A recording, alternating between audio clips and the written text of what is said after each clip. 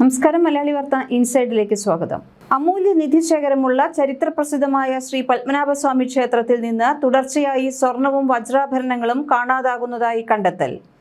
സുരക്ഷാ ക്രമീകരണങ്ങളെ മുഴുവൻ വെല്ലുവിളിച്ചുകൊണ്ട് ക്ഷേത്രത്തിനുള്ളിൽ നടക്കുന്ന ഗുരുതരമായ മോഷണ വിവരങ്ങൾ ചൂണ്ടിക്കാട്ടി സംസ്ഥാന പോലീസ് മേധാവി ആഭ്യന്തര സെക്രട്ടറിക്ക് ഞെട്ടിക്കുന്ന റിപ്പോർട്ട് നൽകി. ശ്രീകോവിലിനുള്ളിൽ അതീവ സുരക്ഷിതമായി സൂക്ഷിക്കേണ്ട വജ്രം പതിച്ച വൈരനാമം ഉൾപ്പെടെയുള്ളവയാണ് ദുരൂഹ സാഹചര്യത്തിൽ അപ്രത്യക്ഷമായിരിക്കുന്നത്. നൂറ്റാണ്ടുകൾ പഴക്കമുള്ള നിധിശേഖരമാണ് ക്ഷേത്രത്തിൽ നിന്ന് കാണാതായിരിക്കുന്നത്. ക്ഷേത്രത്തിലെ സുരക്ഷാ സംവിധാനങ്ങളിൽ ഗുരുതര വീഴ്ചയുണ്ടെന്നാണ് സംസ്ഥാന പോലീസ് മേധാവി ചൂണ്ടിക്കാണിക്കുന്നത്. ഇന്റലിജൻസ് മേധാവി നൽകിയ രഹസ്യ വിവരങ്ങളുടെ അടിസ്ഥാനത്തിലാണ് DGP സർക്കാരിന് ഈ റിപ്പോർട്ട് കൈമാറിയത്. ശ്രീകോവിലിനുള്ളിൽ സൂക്ഷിക്കുന്ന വജ്രാഭരണമായ വൈരനാമം കുറച്ചു നാളുകളായി കാണാനില്ലെന്നാണ് റിപ്പോർട്ട്. 6 മാസം മുൻപ് അറ്റകുറ്റപ്പണിക്കായി കൊണ്ടുപോയി എന്നാണ് രേഖ. വിശ്വാസികൾ സംഭാവന നൽകിയ 78 ഗ്രാമോളം സ്വർണത്തിലും കുറവ് വന്നിരിക്കുന്നു. സ്വർണ്ണ വിളക്ക് അറ്റകുറ്റപ്പണിക്കെന്ന പേരിൽ കൊണ്ടുപോയിട്ട് 6 മാസമായി. പക്ഷേ ഇതുവരെ തിരികെ വന്നിട്ടില്ല എന്നാണ് പോലീസ് റിപ്പോർട്ടിലുള്ളത്. ഇതിനു പകരം യാതൊരു ഔദ്യോഗിക രേഖകളുമില്ലാതെ ഒരു വെള്ളി വിളക്ക് അവിടെ സ്ഥാപിച്ചിട്ടുമുണ്ട്. അടുത്ത കാലത്ത് നടത്തിയ അന്വേഷണങ്ങളിൽ ക്ഷേത്രത്തിലെ അമൂല്യ വസ്തുക്കളുടെ കാര്യത്തിൽ വലിയ സുരക്ഷാ ആശങ്കകളും ഉത്തരവാദിത്തമില്ലായ്മയും ഉള്ളതായി കണ്ടെത്തി. ഇന്റലിജൻസ് മേധാവി നൽകിയ റിപ്പോർട്ടിന്റെ അടിസ്ഥാനത്തിലാണ് സംസ്ഥാന പോലീസ് മേധാവി ഞെട്ടിക്കുന്ന ഈ സാഹചര്യം സർക്കാരിന്റെ ശ്രദ്ധയിൽപ്പെടുത്തിയതെന്ന് കത്തിന്റെ വിശദാംശങ്ങൾ പുറത്തുവിട്ടുകൊണ്ട് പ്രമുഖ ചാനൽ വ്യക്തമാക്കി. അതേസമയം പത്മനാഭസ്വാമി ക്ഷേത്രത്തിലെ അമൂല്യ വസ്തുക്കൾ സൂക്ഷിക്കാൻ കർശന നടപടികൾ നിർദ്ദേശിച്ചിരിക്കുകയാണ് DGP. നിലവിറക്കി പുറത്തുള്ള മുഴുവൻ സ്വർണവും വെള്ളിയും എത്രയും വേഗം സ്ട്രോങ് റൂമിലേക്ക് മാറ്റണം.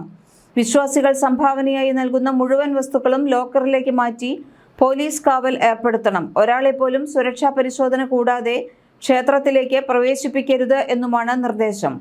ഈ നിർദ്ദേശങ്ങളിൽ സർക്കാർ ഇടപെട്ട് നടപടിയെടുക്കണമെന്ന ആവശ്യമാണ് പോലീസ് മുന്നോട്ട് വയ്ക്കുന്നത്. നേരത്തെ കവടിയാർ കൊട്ടാരത്തിൽ കോടികളുടെ മോഷണം നടന്നതിലും അന്വേഷണം പുരോഗമിക്കുകയാണ്.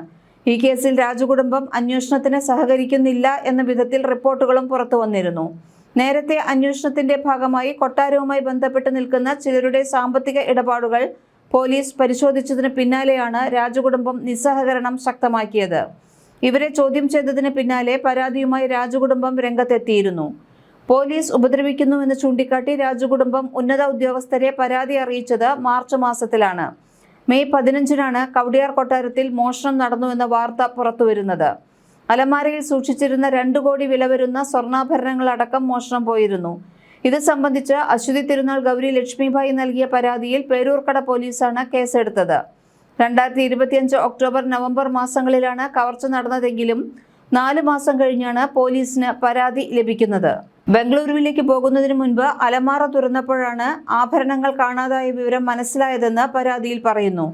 അതിനും 10 ദിവസം മുൻപ് വരെ ആഭരണം അവിടെ ഉണ്ടായിരുന്നതായും പരാതിയിൽ വിവരിക്കുന്നുണ്ട്. കൊട്ടാരത്തിലുള്ളവർ തന്നെ എടുത്തതാവുമെന്ന് കരുതി കുടുംബാംഗങ്ങൾക്കിടയിൽ നടത്തിയ അന്വേഷണം ഫലം കാണാതെ വന്നതോടെയാണ് പരാതിയുമായി പോലീസിനെ സമീപിച്ചത്.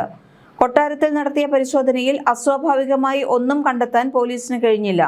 വിശദമായി പരിശോധിച്ചുവെങ്കിലും സംശയിക്കത്തക്ക വിരലടയാളങ്ങളും ലഭിച്ചില്ല. ചെന്നൈ, ബംഗളൂരു എന്നീ ദക്ഷിണേന്ത്യൻ നഗരങ്ങൾ കേന്ദ്രീകരിച്ച് പൗരാണിക ആഭരണങ്ങൾ വിൽക്കുകയും വാങ്ങുകയും ചെയ്യുന്ന സംഘങ്ങളെക്കുറിച്ച് അന്വേഷിക്കാനുള്ള നീക്കം നടന്നിരുന്നു. സമാന രീതിയിൽ പൗരാണിക ആഭരണങ്ങൾ മോഷണം പോയതിന്റെ വിശദാംശങ്ങൾ തേടുകയും ചെയ്തു. ഈ മോഷണ കേസിൽ അന്വേഷണം കാര്യമായി എങ്ങുമെത്താത്ത അവസ്ഥയിലാണ് ഇപ്പോൾ ഉള്ളത്. അതേസമയം തന്നെയാണ് ശ്രീ പത്മനാഭസ്വാമി ക്ഷേത്രത്തിലെ സ്വർണ്ണ മോഷണ വാർത്തയും ഇപ്പോൾ പുറത്തുവരുന്നത്. ക്ഷേത്രത്തിലെ അമൂല്യമായ പല വസ്തുക്കളും കടത്തുന്നതായുള്ള ആരോപണവുമായി 2007-ൽ ഭക്തനായ പത്മനാഭൻ തിരുവനന്തപുരം മുൻസിഫ് കോടതിയെ സമീപിച്ചതോടെയാണ് ശ്രീ പത്മനാഭസ്വാമി ക്ഷേത്ര വിഷയം ആദ്യമായി കോടതി കയറുന്നത്. തുടർന്ന് അന്നു മുതൽ പലകുറി കോടതികളുടെ ഇടപെടലുകളോടെയാണ് ക്ഷേത്ര പ്രവർത്തനം നടന്നു വന്നത്. മുൻസിഫ് കോടതിയിൽ നിന്നും കേസ് സബ് കോടതിയിലേക്ക് നീങ്ങി. ക്ഷേത്രത്തിലെ സ്ട്രോങ് റൂം തുറന്ന് സ്വർണം പുറത്തെടുക്കുന്നത് അനധികൃതമാണെന്നും ആചാരവിരുദ്ധമാണെന്നും ചൂണ്ടിക്കാട്ടി നൽകിയ ഹർജിയിൽ 2007 സെപ്റ്റംബർ 13-ന് ശ്രീ പത്മനാഭസ്വാമി ക്ഷേത്രത്തിലെ സ്ട്രോങ് റൂമുകൾ മേലിൽ ഉത്തരവുണ്ടാകുന്നതുവരെ തുറക്കരുതെന്ന് principal sub judge SS Vasan ഉത്തരവിട്ടിരുന്നു. തുടർന്ന് ഡിസംബറോടെ രാജകുടുംബത്തിൻ്റെതല്ല ക്ഷേത്രവും സ്വത്തുക്കളും എന്ന ഇടക്കാല വിധി വന്നതോടെ അത് രാജകുടുംബത്തിന് കനത്ത തിരിച്ചടിയുമായിരുന്നു. ഇതേ തുടർന്നാണ് തിരുവിതാംകൂർ രാജകുടുംബം പ്രതിനിധിയായിരുന്ന മാർത്താണ്ഡവർമ്മ നിയമ നടപടിയുമായി രംഗത്തെത്തിയത്. 2010 ഫെബ്രുവരിയിൽ ക്ഷേത്രത്തിന്റെയും ഭണ്ഡാരം വക വസ്തുക്കളുടെയും മേൽ തനിക്കുള്ള ഭരണാധികാരം ചോദ്യം ചെയ്ത് സിവിൽ കോടതിയിലുള്ള കേസുകൾ റദ്ദാക്കണമെന്ന് ആവശ്യപ്പെട്ട് ഉത്രാടം തിരുനാൾ മാർത്താണ്ഡവർമ്മ ഹൈക്കോടതിയിൽ ഹർജി നൽകി. എന്നാൽ വിഷയത്തിൽ സർക്കാർ ഇടപെട്ടു. അന്നത്തെ മുഖ്യമന്ത്രിയായിരുന്ന VS അച്യുതാനന്ദൻ തന്നെ രാജകുടുംബത്തിന്റെ നടപടികളെ പരസ്യമായി ചോദ്യം ചെയ്ത് രംഗത്തെത്തുകയും ചെയ്തിരുന്നു.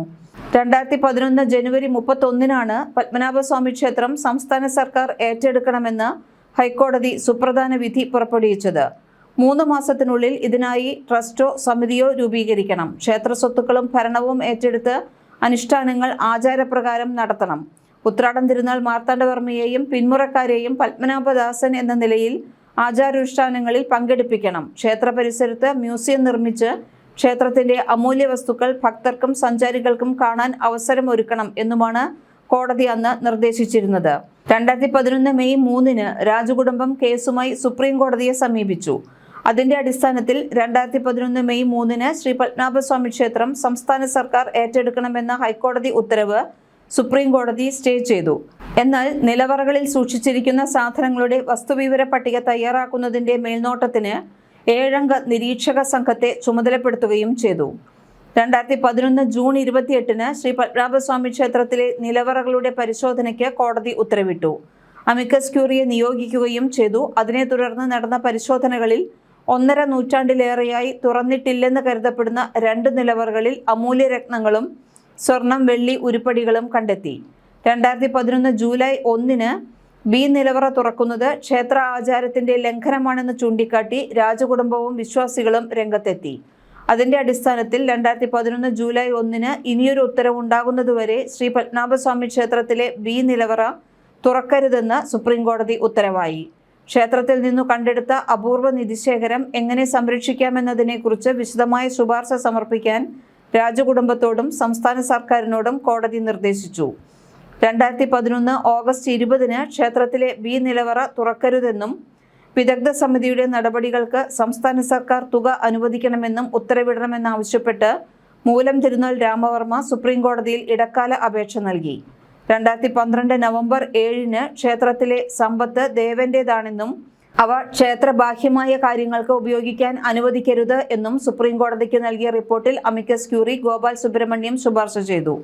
ക്ഷേത്ര പുനരുദ്ധാരണത്തിന് അടിയന്തര നടപടി വേണം. ക്ഷേത്രത്തിൽ രാഷ്ട്രീയക്കാരുടെ ഇടപെടൽ അനുവദിക്കരുത്. ക്ഷേത്രത്തിലെ നിലവറകളിലെ സമ്പത്ത് രാജകുടുംബവും വിശ്വാസികളും നൽകിയിട്ടുള്ളതാണ്. അത് പുറത്തേക്ക് കൊണ്ടുപോകാൻ ആരെയും അനുവദിക്കരുത് എന്നും ചൂണ്ടിക്കാട്ടി. 2014 ഏപ്രിൽ 25-നാണ് രാജകുടുംബത്തിന്റെ നിയന്ത്രണം മാറ്റിക്കൊണ്ടുള്ള ആദ്യ ഉത്തരവ് വന്നത്. പത്മനാഭസ്വാമി ക്ഷേത്രം സംസ്ഥാന സർക്കാർ ഏറ്റെടുക്കണമെന്നും സുപ്രീം കോടതി അന്ന് നിർദ്ദേശിച്ചു. 2011 ജനുവരിയിൽ ഹൈക്കോടതി നൽകിയ വിധി ചോദ്യം ചെയ്തുള്ള ഉത്രാടം തിരുനാൾ മാർത്താണ്ഡവർമ്മയുടെ ഹർജിയിലാണ് ക്ഷേത്രഭരണം രാജകുടുംബത്തിന്റെ നിയന്ത്രണത്തിൽ നിന്നു മാറ്റി സുപ്രീം കോടതി ഇടക്കാല ഉത്തരവ് നൽകിയത്. 2014 ഏപ്രിൽ 25-ന് ക്ഷേത്രത്തിന്റെ ഭരണ ചുമതല താൽക്കാലിക സംവിധാനമായി തിരുവനന്തപുരം ജില്ലാ ജഡ്ജി അധ്യക്ഷനായുള്ള 5-അംഗ സമിതിയെ ഏൽപ്പിക്കാൻ സുപ്രീം കോടതിയുടെ ഇടക്കാല ഉത്തരവും വന്നു. ഗുരുവായൂർ ദേവസ്വം മുൻ കമ്മീഷണർ KN സതീഷിനെ എക്സിക്യൂട്ടീവ് ഓഫീസറായും മുൻ controller and auditor general Vinod റായിയെ കണക്കെടുപ്പിന് നേതൃത്വം നൽകാനും കോടതി നിയമിച്ചു. രാജകുടുംബം പ്രതിനിധി മൂലം തിരുനാൾ രാമവർമ്മ ട്രസ്റ്റിയായി തുടരാനും ഉത്തരവിട്ടു. 2017 ജൂലൈ 5-ന് ശ്രീ പത്മനാഭസ്വാമി ക്ഷേത്രത്തിലെ സ്വത്ത് മൂല്യനിർണ്ണയം നടത്തുന്നതിനായി ബി നിലവറ തുറക്കണമെന്ന് സുപ്രീം കോടതി അഭിപ്രായപ്പെട്ടു. ഓഗസ്റ്റ് 30-ന് ബി നിലവറ തുറക്കാനാവില്ല എന്ന നിലപാടിൽ ഉറച്ച് തിരുവിതാംകൂർ രാജകുടുംബം രംഗത്തെത്തി. നിലവറ തുറക്കാൻ തന്ത്രിമാർ തീരുമാനിച്ചാൽ നടപടികളിൽ നിന്ന് വിട്ടുനിൽക്കുമെന്നും രാജകുടുംബാംഗം അശ്വതി തിരുനാൾ ഗൗരി ലക്ഷ്മിബായി പറഞ്ഞു. തുടർന്ന് വിഷയം അനിശ്ചിതത്വത്തിലായി. അതിനിടയിൽ സംസ്ഥാന സർക്കാർ ക്ഷേത്രത്തിൽ അധികാരം സ്ഥാപിക്കാൻ എത്തുന്നു എന്ന ആരോപണങ്ങളും വിവാദമായി.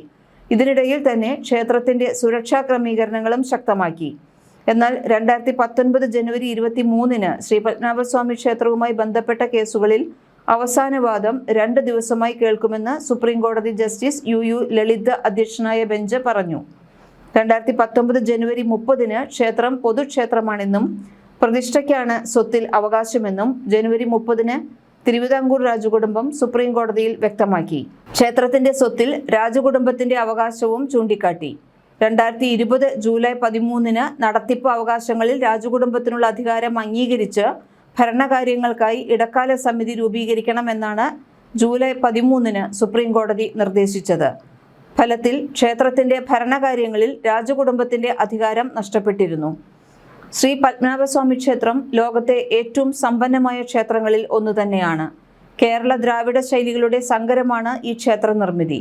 ഇന്ത്യയിലെ 108 വൈഷ്ണവ ആരാധനാ കേന്ദ്രങ്ങളിൽ ഒന്നായി ഇത് കണക്കാക്കപ്പെടുന്നു.